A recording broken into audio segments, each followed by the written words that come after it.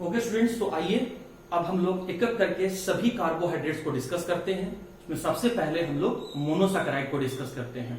Definition, properties, division मतलब classification और उसके एग्जांपल्स, ये सब आपको याद रखना है। डेफिनेशन भी याद रखना है, उसका प्रॉपर्टीज क्या होता है ये भी याद रखना है, कितने टाइप में इसको बांटा गया है ये याद रखना है, और उन टाइप का एग्जाम्पल क्या है ये भी याद रखना है आपको। और है आसान, बस आप ध्यान से पेशेंस रखकर आप इस वीडियो लेक्चर को देखते जाइए। जो भी आपको पॉइंट इंपॉर्टेंट लगे और ऐसा लगे कि नोट्स में नहीं लिखा हुआ है तो उसे आप अलग से आप नोट कर लीजिए, क्योंकि ये जितना भी एग्जाम में क्वेश्चन के फॉर्म में जो पूछता है वो मैंने आपको लिख के दे दिया है। ऑब्जेक्टिव पॉइंट ऑफ व्यू से मैं एक्स्ट्रा पॉइंट यहां पर डिस्कस कर दे रहा हूं, मैं यहां डिटेल से आपको बता दे रहा हूं। ध्यान से देखिए। सबसे पहले डेफिनेशन, मोनो का मतलब स्टूडेंट मैंने क्या बताया था, वन। सैकराइड का मतलब मैंने क्या बताया था, शुगर। एक शुगर मॉलिक्यूल से बनने वाले कार्बोहाइड्रेट को हम लोग मोनोसैकराइड कहते हैं।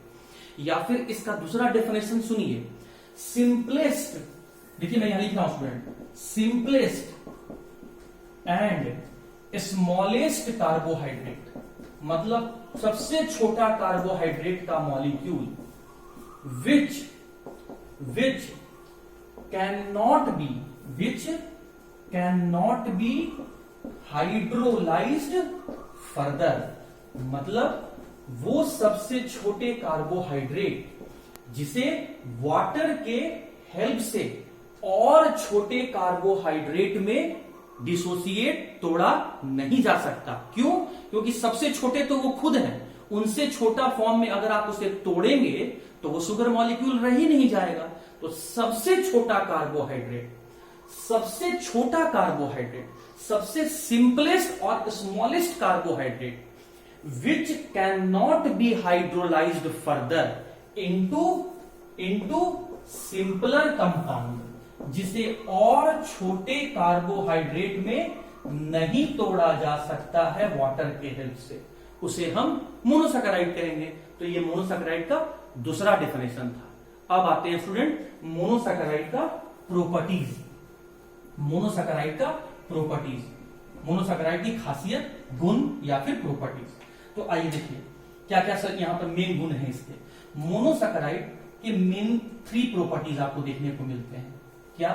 उसमें हम लोग उसका शेप देखेंगे, उसमें हम लोग उसका टेस्ट देखेंगे, उसमें हम लोग वाटर के साथ उसका सॉल्युबिलिटी देखेंगे।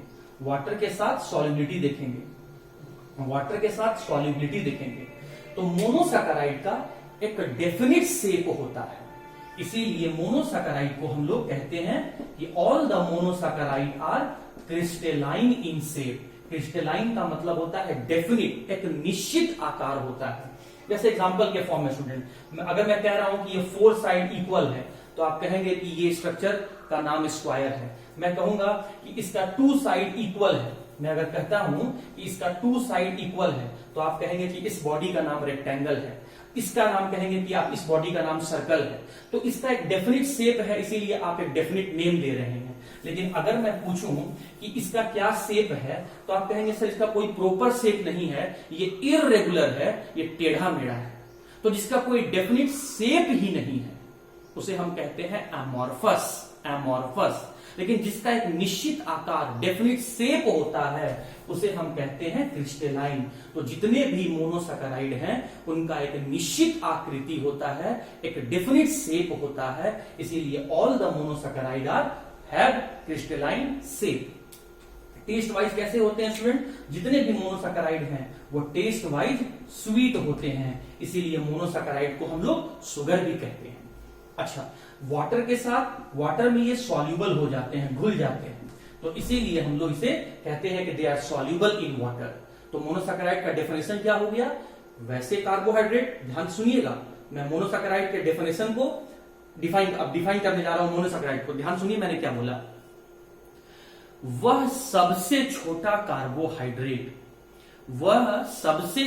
कार्बोहाइड्रेट जो एक शुगर मॉलिक्यूल के मिलने से बना हो, या फिर वैसे कार्बोहाइड्रेट जिसे वाटर के हेल्प से और छोटे शुगर मॉलिक्यूल में डिसोसिएट नहीं किया जा सकता हो, जिनके निश्चित आकार हो, टेस्ट में स्वीट हो और वाटर में सॉल्यूबल हो, तो वैसे कार्बोहाइड्रेट को हम लोग मोनोसैकेराइड कहते हैं। तो उम्मीद करता हूं स्टूडेंट कि आपको कार्बोहाइड्रेट मोनोसैकेराइड का डेफिनेशन और मोनोसैकेराइड का प्रॉपर्टीज आपको समझ में आ गया होगा। अब हम आते हैं स्टूडेंट मोनोसैकेराइड का क्लासिफिकेशन, मतलब मोनोसैकेराइड का डिवीजन करने जा रहे हैं स्टूडेंट। तो ध्यान से देखिए, मैंने अभी अभी आपको बताया था कि कार्बोहाइड्रेट्स में मेन फंक्शनल ग्रुप अल्डिहाइड और कीटोन हो सकते हैं। या तो अल्डिहाइड होंगे मेन फंक्शनल ग्रुप, या फिर और क्या होंगे, कीटोन होंगे।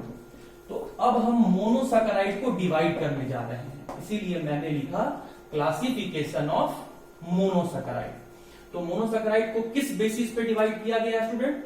मोनोसैकेराइड को किस बेसिस पे डिवाइड किया गया है? On basis of functional group. मैं शॉर्ट में लिख रहा हूं, on the basis of functional group, और साथ ही साथ on the basis of carbon, on basis of carbon. तो मोनोसैकेराइड को कार्बन और फंक्शनल ग्रुप के बेसिस पे डिवाइड किया गया है।